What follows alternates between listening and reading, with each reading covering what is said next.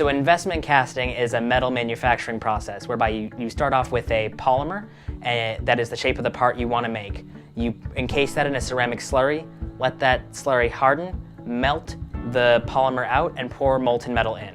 Once that metal has solidified, you break it out and you have your final part. So investment casting is really great because that part that you get, you can do a lot of them fairly inexpensively, and they're very high accuracy and have a high surface finish. However, there are certain drawbacks to that. It can be very expensive to do that. You have to make a lot of tools in order to automate it to make it cheap. So it's not going to work very well for low quantities.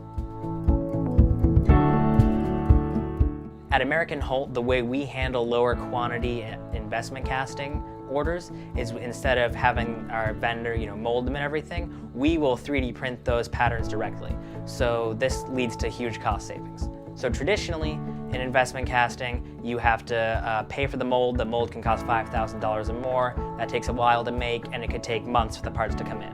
Whereas if we 3D print them, the total material cost will be under $1,000 and will take under a month for the parts to come in. So that's one of the ways we can help save our customers 20% or more on aftermarket parts.